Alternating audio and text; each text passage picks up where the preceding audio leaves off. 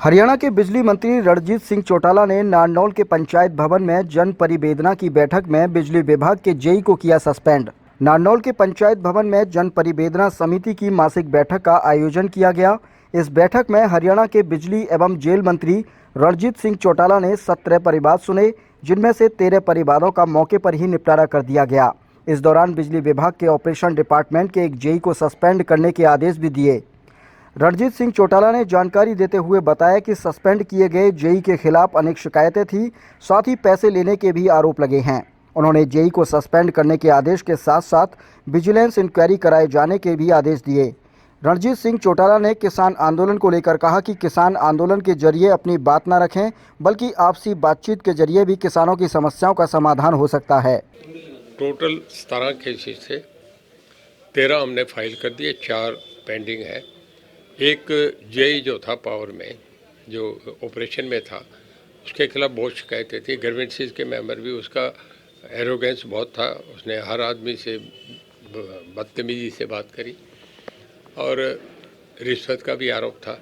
इस करके उसको सस्पेंड करा और विजिलेंस इंक्वायरी करवा दी। देखिए, सभी तरीके के केसेस होते हैं। कई तो आपस में भाइयों का मामला होता है, आपस का झगड़ा होता है। कोई मीटर का किसी का था कि मेरे अनऑथराइज मीटर था, वो चला रहा था, उसका हो गया।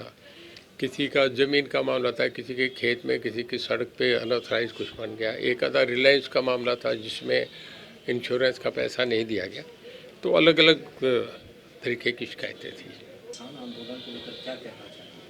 देखिए, कुछ बातें उन्होंने जो एमपीएस की बातें कही है, मैं समझता हूँ ये आंदोलन के जरिए नहीं, वैसे भी बात करी जा सकती थी प्लेटफार्म पे।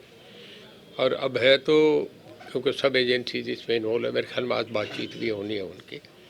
मुझे लग रहा है निपट जाना चाहिए, क्योंकि गवर्नमेंट भी नहीं चाहती कन्फ्रंटेशन हो, किसान भी नहीं चाहता कन्फ्रंटेशन हो। तो थोड़ा सा जो फसल में कुछ कुदरत की मार आ गई, कुछ ओले पड़ गए, कुछ जगह गुलाबी सुंडी से नुकसान हुआ है। हालांकि हरियाणा गवर्नमेंट ने बहुत अच्छा कंपनसेशन दिया है, पर ये तो क्योंकि हरियाणा की मांग नहीं है। एमपीएस जो है वो तो एक नेशनल इशू है, मिनिमम सपोर्ट प्राइस एमएसपी का जो मामला है। तो उससे मेरा आज ख्याल है कि आज शायद आपस में चर्चा होगा, निपट जाना चाहिए।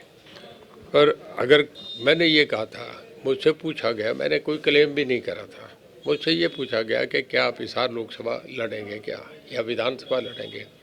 मैं कहने का लड़ूंगा जरूर। अब मुझे पार्टी क्या ऑफर करती है, अगर पार्टी ने मुझे कहा हिसार लोकसभा लड़ो तो लड़ लूँगा, मैंने इतना ही कहा। अब भी मैं ये कह रहा हूँ, मैंने इन्वर्टेड को मैं कहा, अगर मुझे ऑफर करती है तो मैं जीतूंगा। ये भी कहता हूँ 100% जीतूंगा, बहुत बड़े मार्जिन से जीतूंगा।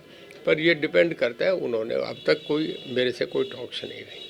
कोई चर्चा आएगा तो मैं ज़रूर कहूँगा। जा सकती है। क्या लगता है हरियाणा की स्थिति क्या रहेगी लोकसभा की? देखिए, मेरा ये मानना है कि 3-4 चीज़ों से जो राजस्थान मध्य प्रदेश के रिजल्ट आए, पहले हम लेते थे कि शायद 7 और 8 सीटें आएँ, पर मध्य प्रदेश, राजस्थान, छत्तीसगढ़ के जो रिजल्ट्स आए, उसके बाद जो राम मंदिर की घटना हुई, प्राण प्रतिष्ठा का जो मामला हुआ, और इन सब बातों से थोड़ा सा ये लग रहा है कि अब तो एक तरफा इलेक्शन हरियाणा में। मेरा ये मानना है कि लोकसभा की 10 सीटें कर दे रहे हैं, 100% कर दे रहे हैं।